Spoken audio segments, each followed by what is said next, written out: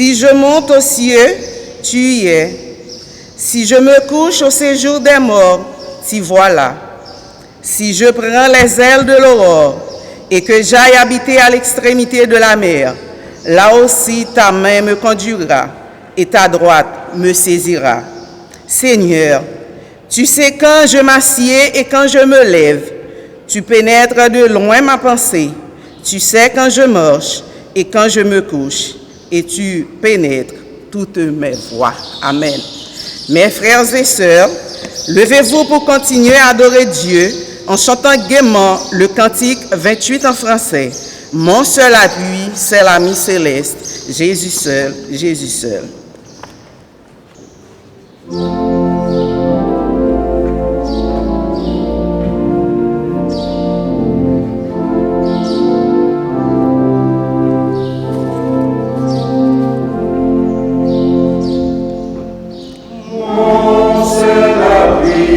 seul,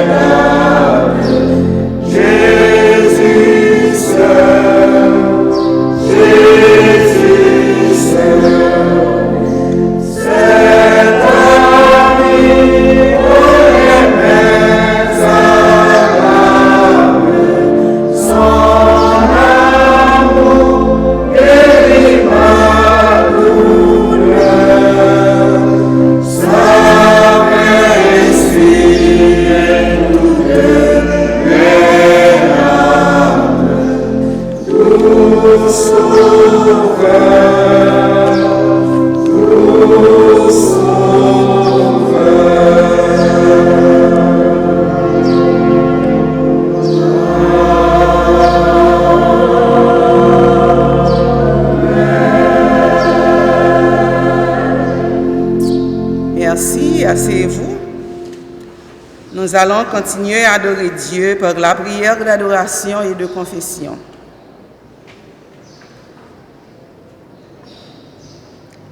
Gloire au Père, au Fils et au Saint-Esprit.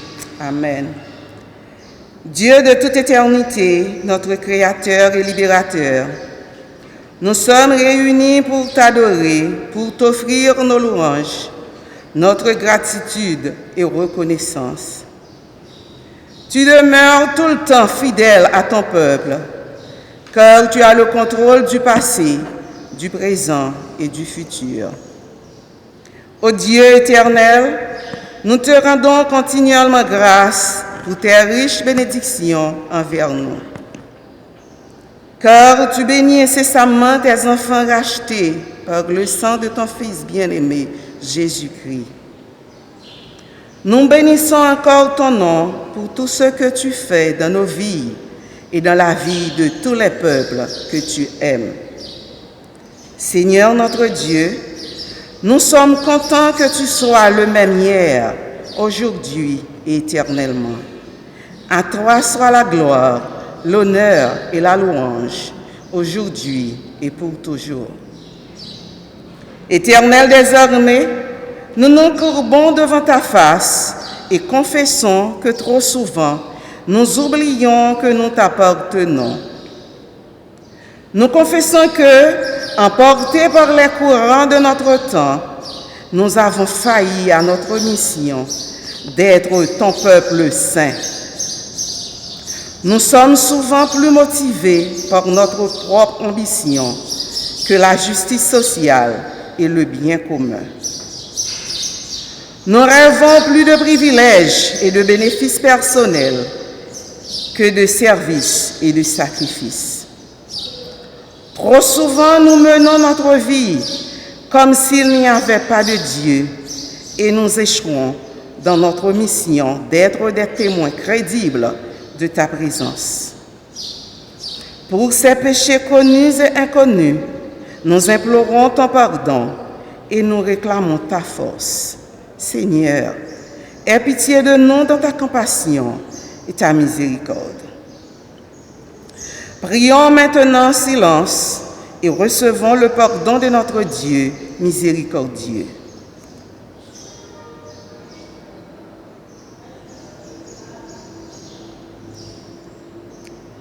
Dieu Tout-Puissant, toi qui as fait luire la lumière sur les ténèbres, brille dans nos cœurs.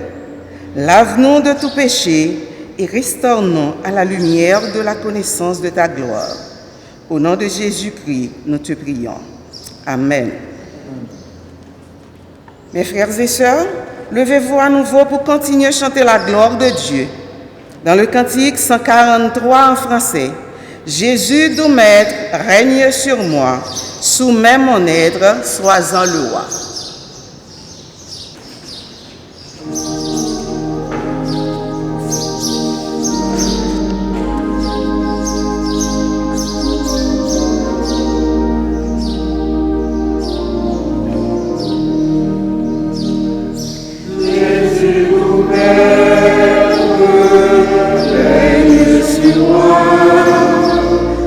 Soumets mon être, sois-en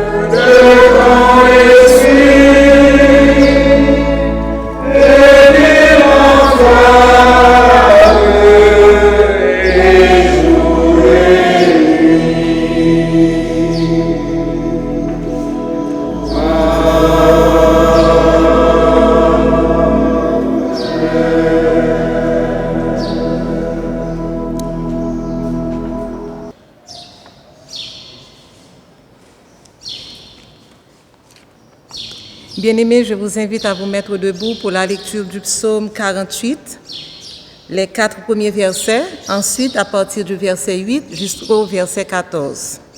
Ensuite, nous irons la doxologie.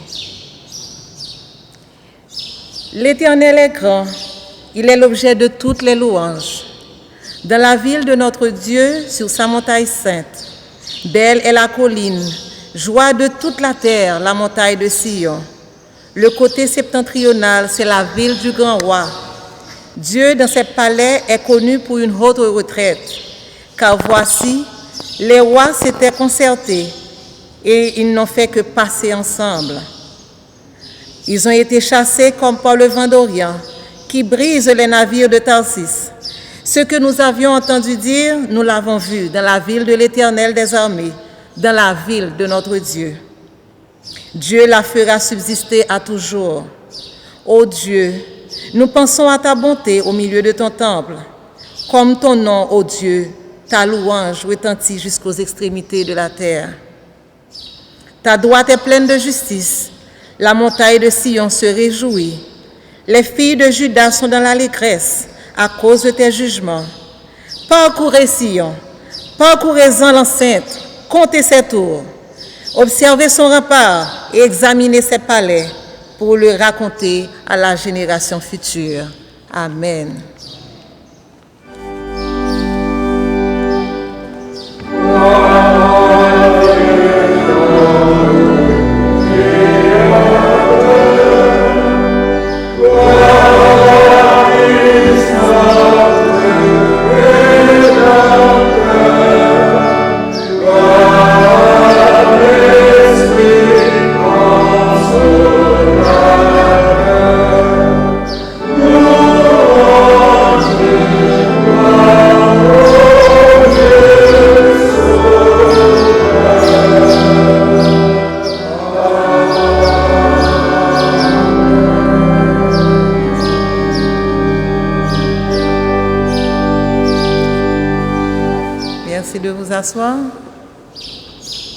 Bien-aimés dans le Seigneur, amis méthodistes, chers internautes, que la paix de Jésus qui surpasse toute intelligence garde vos cœurs et vos pensées, lui qui est notre source de vie.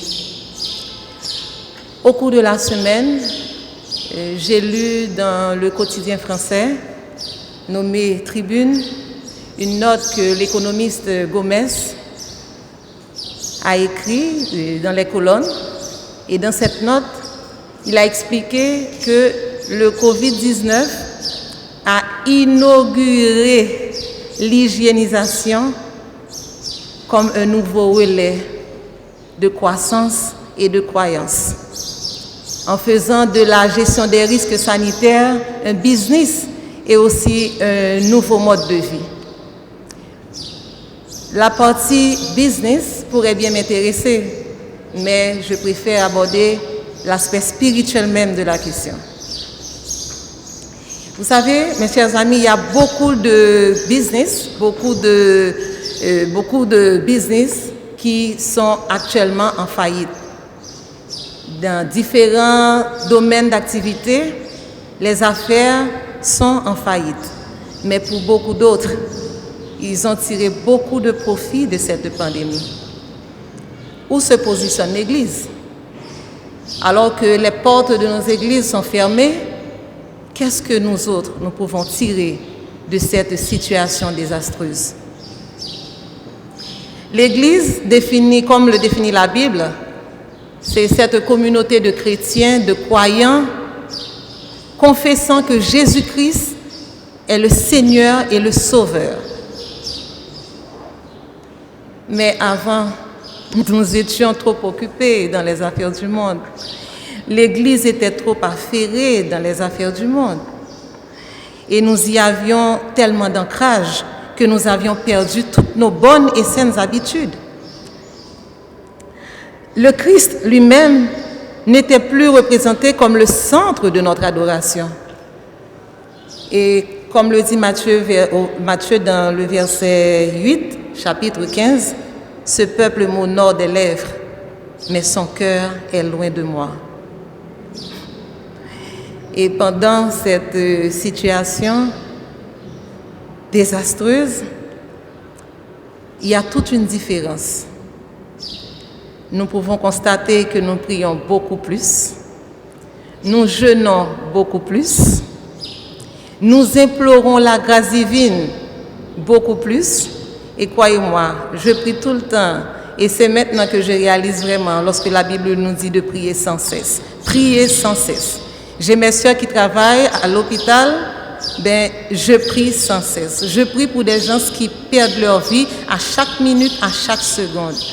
Et je crois qu'il en est de même pour beaucoup d'autres chrétiens.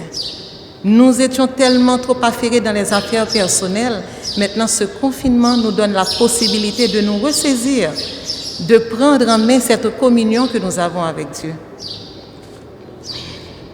Croyez-moi, je peux vous le dire, je deviens même artiste à mes heures. Maestro des amours peut vous le dire. Je chante en solo, en duo. Moi, je chante maintenant, tout le temps. Je suis artiste, pasteur, pour nous tourner un bon artiste. Ainsi, mes frères et sœurs, toutes choses concourent au bien de ceux qui aiment Dieu.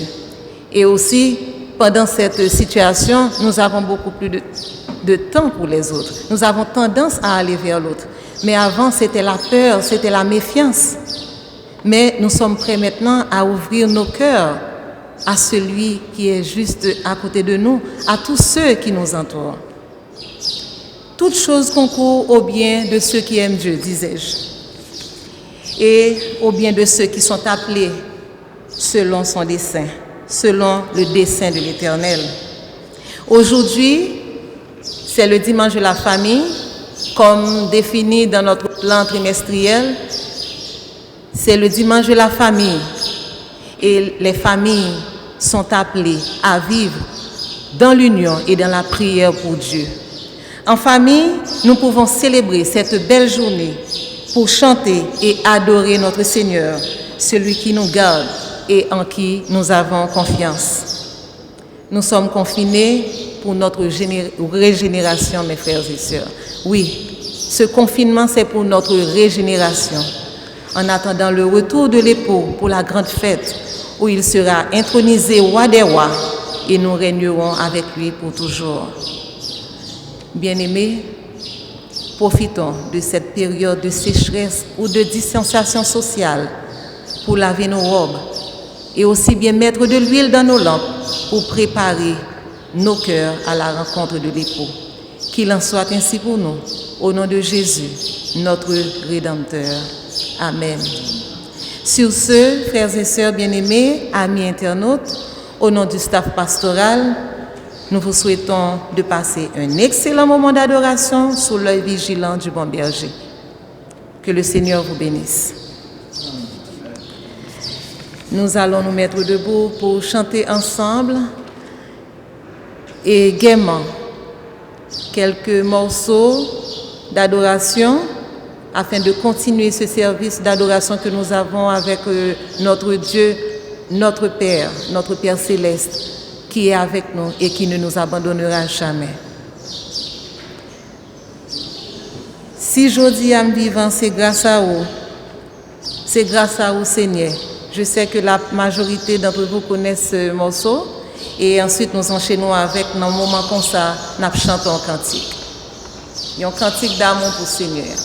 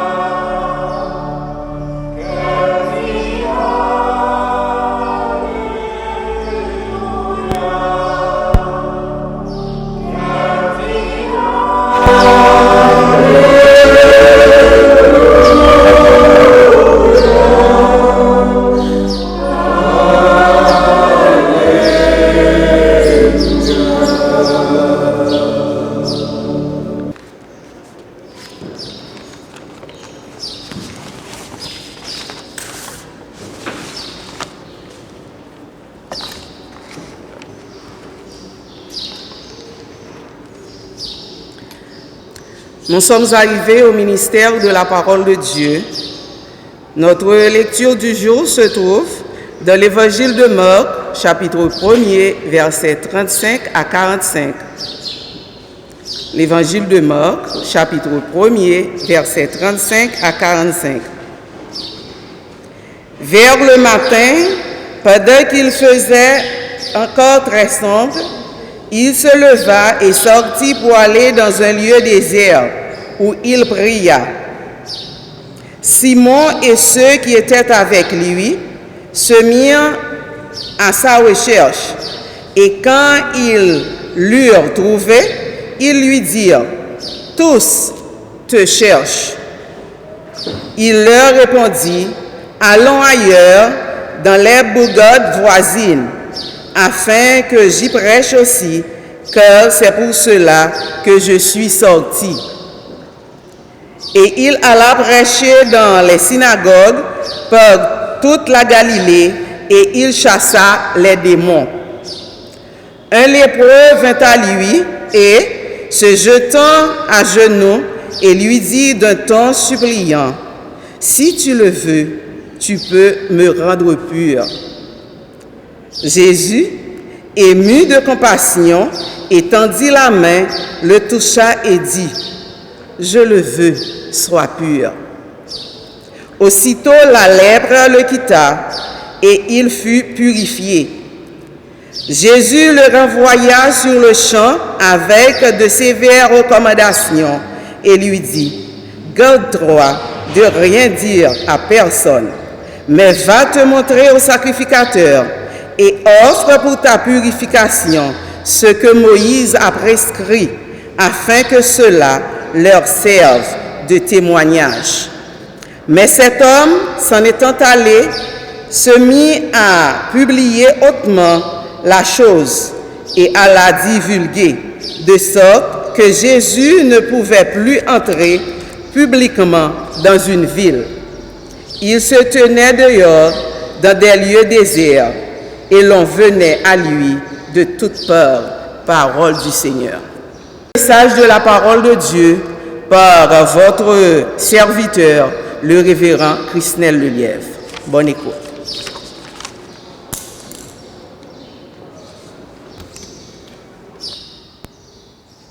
Chers frères et sœurs,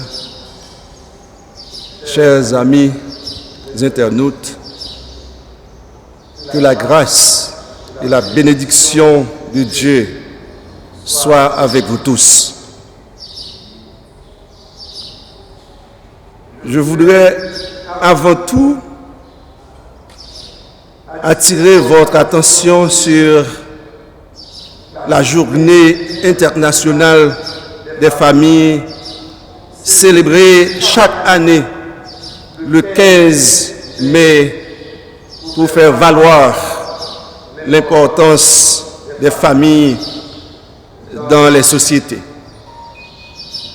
Cette journée fut proclamée par l'Assemblée générale des Nations unies dans sa résolution du 20 septembre 1993. Tout comme les Nations unies, l'Église tient à promouvoir l'importance de la famille, cellule de base de la société et la plus vieille institution divine, selon Genèse chapitre 1er, les versets 27 et 28. Donc, ce culte du dimanche 17 mai est dédié à toutes les familles en général, les familles méthodistes du circuit de Port-au-Prince en particulier. Aujourd'hui, encore, nous avons tous l'occasion de porter notre attention sur le rôle de la famille dans la société. Ces évolutions et surtout ces défis face à la crise actuelle. Permettez-moi, chers frères et sœurs, de décrire un peu la situation difficile que connaissent les familles de notre temps. Avant cette crise sanitaire à laquelle est confronté le monde entier, les familles étaient déjà victimes de crises telles que les familles dysfonctionnelles, les familles monoparentales, les séparations, les violences, les divorces, la maladie, le deuil, etc. Elles étaient frappées également par les crises sociales, politiques, économiques, financières. La vie de famille de tout temps est saccagée par ces épreuves précitées, notamment la maladie, comme c'est le cas aujourd'hui. Cette pandémie du coronavirus affecte sérieusement les familles. Actuellement, elles vivent dans l'isolement et l'exclusion. Elles sont mises en quarantaine, astreintes au confinement et à la distanciation sociale. Aujourd'hui, les familles font face à beaucoup de défis pendant cette période difficile de la COVID-19. Elles ont du mal à s'adapter à l'école en ligne, à la maison. Les parents se font les assistants des professeurs qui s'engagent et s'assurent qu'il n'y a pas une discontinuité dans l'éducation de leurs enfants. Plusieurs d'entre eux ne disposent même pas des outils appropriés et des matériels nécessaires pour les accompagner dans un pays comme le nôtre, où les choses vont de mal en pis. La situation est encore plus difficile dans les familles monoparentales, où la responsabilité incombe à une seule personne, comme c'était le sort de la veuve de Sarepta, selon 1 Roi chapitre 17. Malgré tout, on peut tirer profit de ce temps de confinement généralisé. On peut renforcer au sein de chaque foyer la culture familiale, sans se laisser envahir par les tâches scolaires, selon le sociologue de la famille, François de Cinglé. Le confinement, mes bien-aimés, change notre manière de vivre. Nous passons plus de temps ensemble à nous amuser, en regardant un film à la télé, à cuisiner, à nous occuper des travaux domestiques, mais aussi à adorer le Seigneur en famille. N'est-ce pas son bon côté? Pas de querelle, ni de dispute, lorsque les membres de la famille sont pénétrés de l'amour de Dieu. Le confinement nous offre l'occasion de consolider la culture familiale et d'apprendre à vivre ensemble.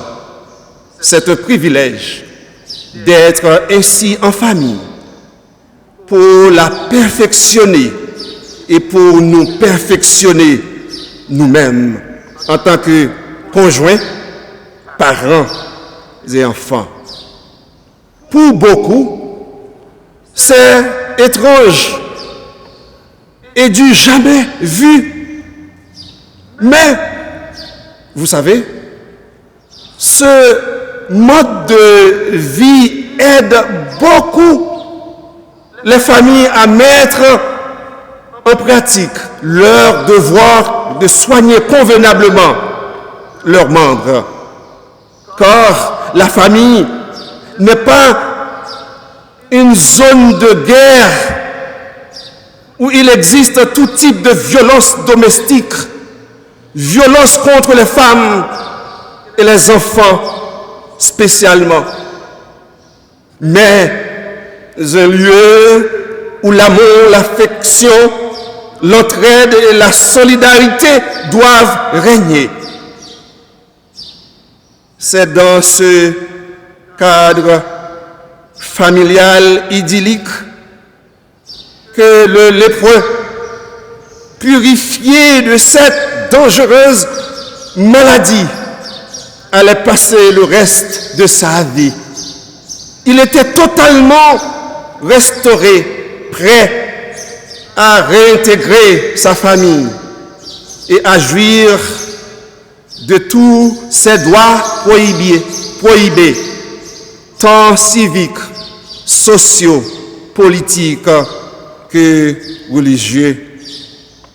La situation des membres de la famille atteints de lèpre à l'époque de Jésus n'est pas différente que celle que vivent présentement les familles.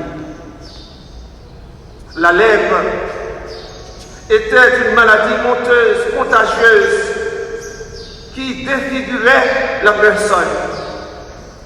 Pour beaucoup, c'était la malédiction et la conséquence du péché. Seul Dieu pourrait faire quelque chose.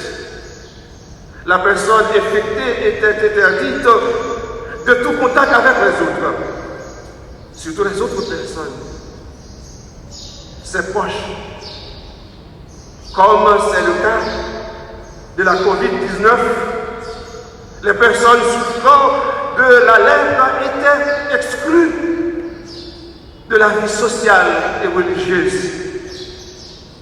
Elles devaient quitter leur famille et leur maison et aller vivre seules ou éventuellement en compagnie d'autres lépreux hors de la ville. Mes sœurs, la leçon enseignée par le Fils de Dieu s'avère d'une importance capitale pour notre vie chrétienne aujourd'hui. C'est que Dieu en Jésus, source de guérison, nous aime d'un amour incommensurable et immuable. Il nous invite à avoir aussi de la compassion pour toute personne en situation difficile et avoir aussi de la compassion pour les personnes en danger, en péril, et à être solidaire avec elles, surtout celles-là qui viennent à nous pas mépriser, nous pas repousser. C'est frère nous, c'est ça nous, frère Maxime. La compassion, il faut avoir la compassion, avoir de la compassion pour ces personnes. Mardi, Jésus est né de compassion. Ce matin, ce que nous devrions faire, tout d'abord, c'est de venir à Jésus et nous jetons à genoux en disant de ton suppliant, si tu le veux, Seigneur, tu peux me rendre pur. C'est cette prière fervente que nous devons lui adresser avec respect, humilité et soumission. Il nous faut aussi une ferme assurance de ce que nous demandons et voulons personnellement, brièvement et avec précision. L'homme dit à Jésus, tout simplement, tu peux me rendre pur. La compassion, bien aimé, c'est ce sentiment de partager la souffrance d'autrui.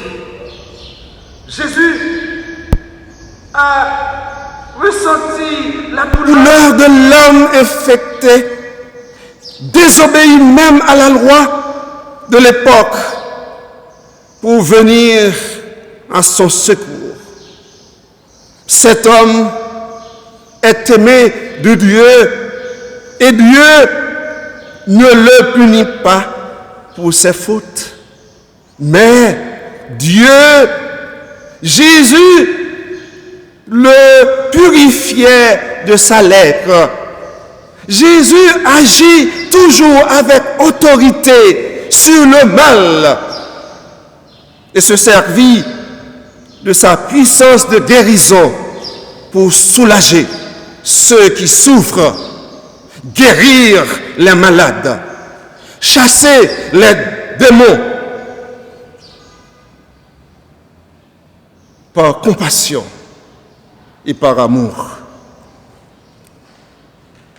Car ces personnes infimes, surtout les lépreux, étaient exclues de tout amour, l'amour de la famille, l'amour de la société. Celui ou celle qui touchait un lépreux devenait rituellement impur. De plus, il ou elle s'exposait au danger de contracter la maladie. Mais Jésus ne resta pas à 100 mètres ou 3 pas de distance. Dans le cadre de cette pandémie, actuellement, 3 pas de distance. Mais Jésus ne respecte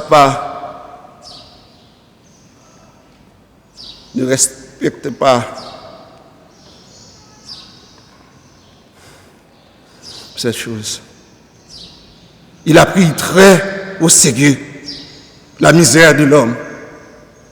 Il a couru le risque d'être lui-même contaminé et de contracter la maladie, la lèpre. Chers amis, le toucher dit beaucoup, plus que des paroles. Jésus touchait l'homme qui te gagne lèpre là, les guérit. Jodia, qui est-ce nous qui est prêt pour toucher si là qui est affecté par coronavirus, pour aller prier, pour toucher.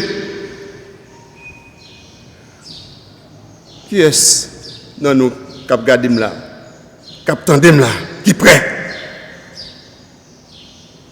N'est-il pas possible à Dieu de guérir le monde de cette pandémie, comme Christ a purifié les lépreux de son temps? Pourquoi ne pas y croire lorsque nous nous rappelons comment Jésus avait guéri tant de personnes affectées par des pathologies incurables outre la lèpre? Et il a dit clairement que le Fils de l'homme est venu chercher et sauver ceux qui étaient perdus. D'après Luc 19, verset 10. Et ce sont les malades qui ont besoin de médecins. Marc chapitre 2, verset 17.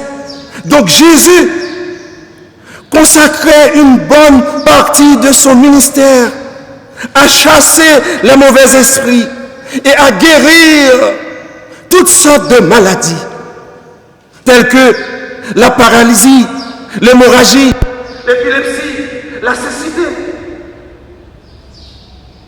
Les sourds et les boiteux ont été reçus et soignés. Combien de personnes d'entre nous qui sont en peine et attendent un miracle de notre Seigneur, comme cet homme miné et ruiné par la maladie? Combien d'entre nous? J'aimerais vous dire que Jésus s'intéresse beaucoup plus à votre libération, votre guérison que vous-même. Il veut et il peut seulement. Vous devez venir à lui. Vous qui êtes fatigués et chargés, vous qui êtes malades, oh, Jésus vous donnera du repos. Matthieu 11, verset 28. Et on chante, venez, cœurs souffrants et meurtris, au médecin de l'âme, par Jésus, vous serez guéris de votre voix. Ce matin, ce soir, l'acclame, la solidarité maintenant. C'est ce sentiment qui pousse des personnes à s'approcher une aide mutuelle. Jésus dit, alors, je le veux, sois pur. Puis il lui dit, garde-toi de rien dire à personne, mais va te montrer au sacrificateur et offre pour ta purification ce que Moïse a prescrit, afin que cela leur serve de témoignage. Marc chapitre 1er, verset 44.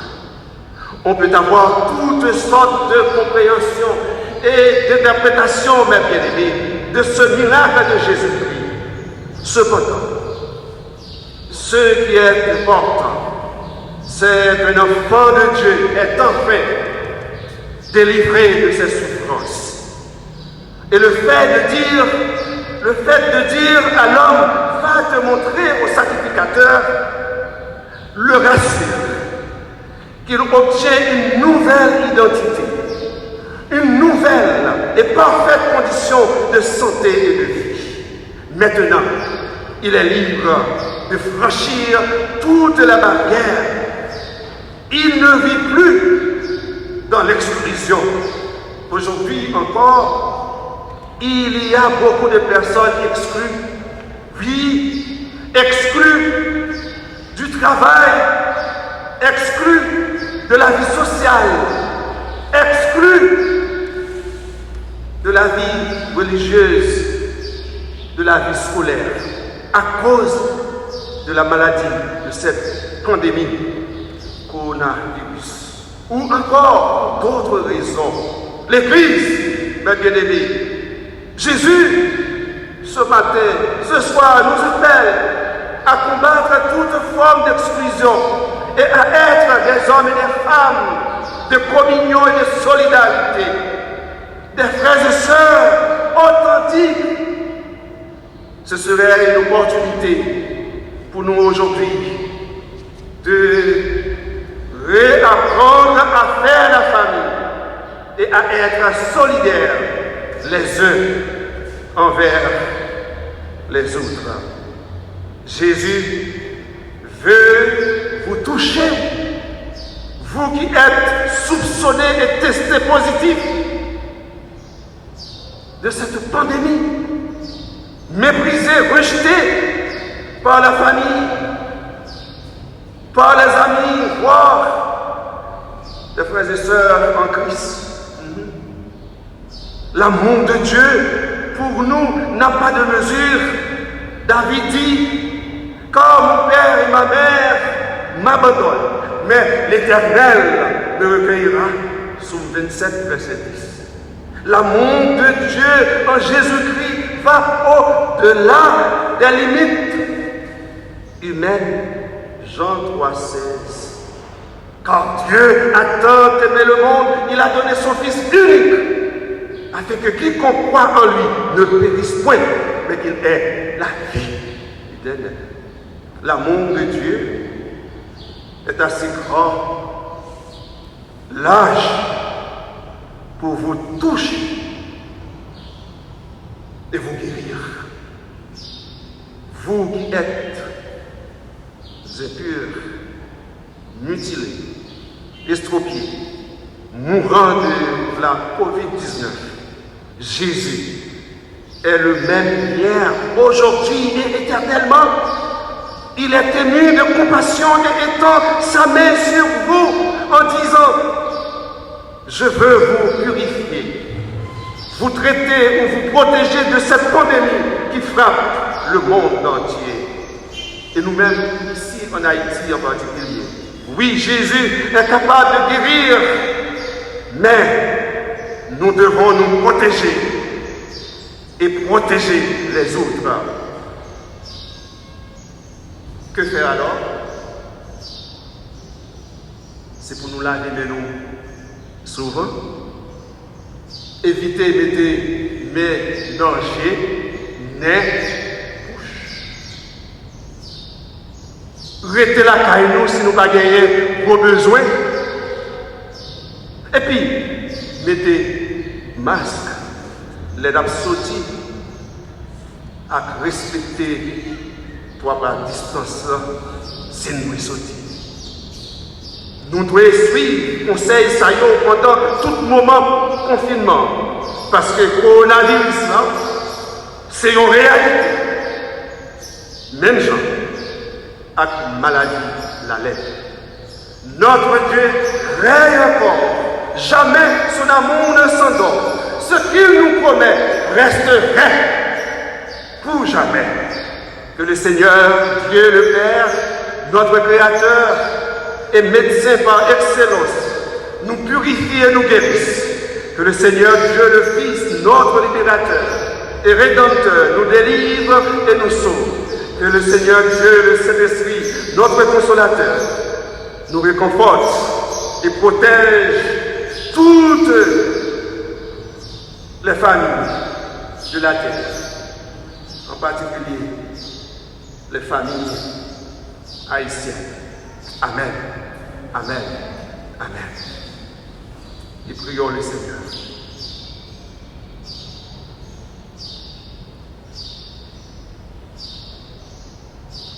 Seigneur Dieu, nous voulons te prier pour ton Église. Partout dans le monde, enrichis-la continuellement du don du Saint-Esprit, afin que dans la foi et l'unité, ces leaders soient constamment renouvelés par le Saint-Esprit pour le témoignage et le service. Souviens-toi, ô Seigneur, dans ta miséricorde, de tous les leaders de ton Église, spécialement ceux de l'Église méthodiste dans la Caraïbe et les Amériques, qui sont en deuil. Il y a 2 semaines, l'Église méthodiste d'Haïti pleurait le départ pour la vie bienheureuse de notre Junie Lalanne. Déconsoler, cher Seigneur, les membres de sa famille, particulièrement son fils, le docteur Lalanne. La semaine dernière, la secrétaire de la conférence générale, la révérende Glenna Spencer, est partie pour l'éternité bienheureuse. Nous te prions pour les membres de sa famille et ceux de la conférence générale en particulier. Le président, Bishop Révérend Everald Galbraith et tout le staff pastoral. Console, Seigneur, tes enfants, serviteurs et servantes, et affermis leur foi durant ces moments de douleur. Souviens-toi aussi, dans ta miséricorde, de tous ceux de nos connaissances qui sont en difficulté, ceux qui sont affligés par la maladie, l'anxiété, le chagrin et tout type de besoins, et en particulier les malades de cette pandémie, coronavirus. Seigneur, soutiens et réconforte tes enfants affectés par les épreuves et les crises de ce temps difficile. Seigneur, en ce jour d'adoration et d'action de grâce, nous voulons te prier pour tous les peuples de la terre. Regarde-les avec amour et compassion. Donne ta grâce et ta sagesse à tous leurs dirigeants, afin qu'ils puissent promouvoir la paix, la liberté et la justice pour tous. Seigneur Dieu, notre Père, souviens-toi dans ta miséricorde les leaders de notre pays, tous ceux et celles qui sont dans une position d'autorité et d'influence, en particulier le chef de l'État et les membres de son gouvernement, afin qu'ils puissent servir avec sagesse, honnêteté et compassion. Seigneur Dieu, notre Créateur, envoie ta bénédiction sur nos familles en ce jour spécial et remplis nos foyers et nos maisons d'amour, de tendresse et d'affection. C'est dans cette vie un avant-goût de la vie avec toi. Ainsi nous te prions au nom de Jésus-Christ, notre divin Sauveur. Amen. Disons ensemble le Notre Père.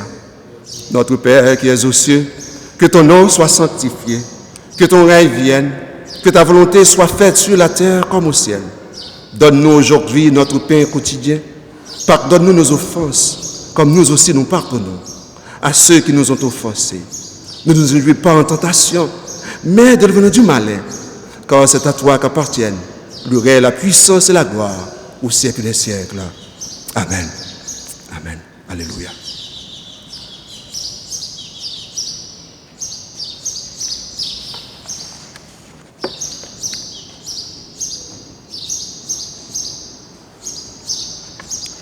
Bien-aimés, nous sommes arrivés au moment de donner lecture des différentes annonces. Nous n'en avons pas beaucoup d'ailleurs. Aujourd'hui, nous sommes dimanche 17 mai 2020. À tous ceux-là qui ont fêté au cours du mois de mai, nous leur disons joyeux anniversaire, bon courage et que le Seigneur les bénisse. Parmi ces bien-aimés, nous pouvons citer la sœur Mireille Laguerre qui est avec nous. Nous avons aussi la sœur Jacqueline et aussi la sœur Immaculata qui ont fêté leur anniversaire de naissance. Sans oublier notre cher Maestro des Amours qui a fêté son anniversaire de naissance aussi la semaine dernière. Joyeux anniversaire, Maestro, que le Seigneur vous bénisse et qu'il vous accorde de longs jours heureux dans votre ministère.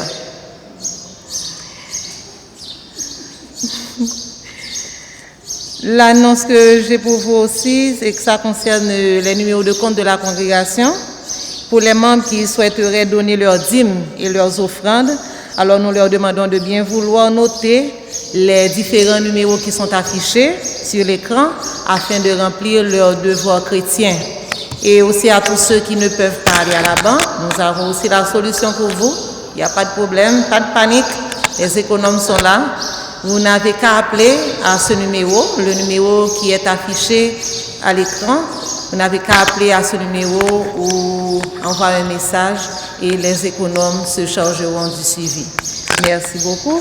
Ce sont là toutes nos annonces. Nous allons maintenant chanter ensemble le cantique numéro 28 créole. À mon bon Dieu, puis grand passé, tout ça, les hommes qu'a dit. Numéro 28 créole. Nous allons nous mettre debout pour chanter et nous remercions tous ceux-là qui avaient participé avec nous, physiquement et à travers l'Internet.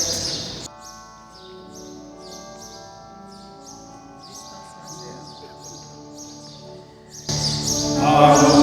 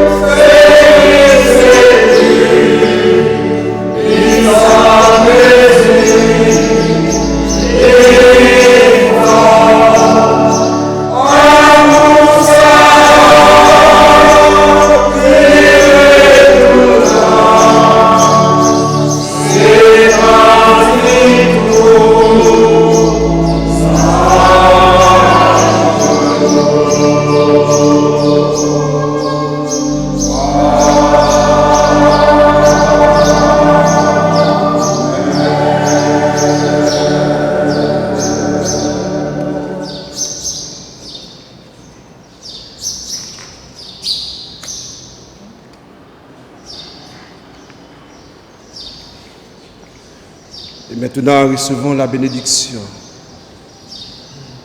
Maintenant que la grâce de Dieu, notre Père, l'amour de Jésus-Christ, notre Rédempteur, et la communion du Saint-Esprit, notre Consolateur, soit sur chacun de nous, dès maintenant et à jamais. Amen.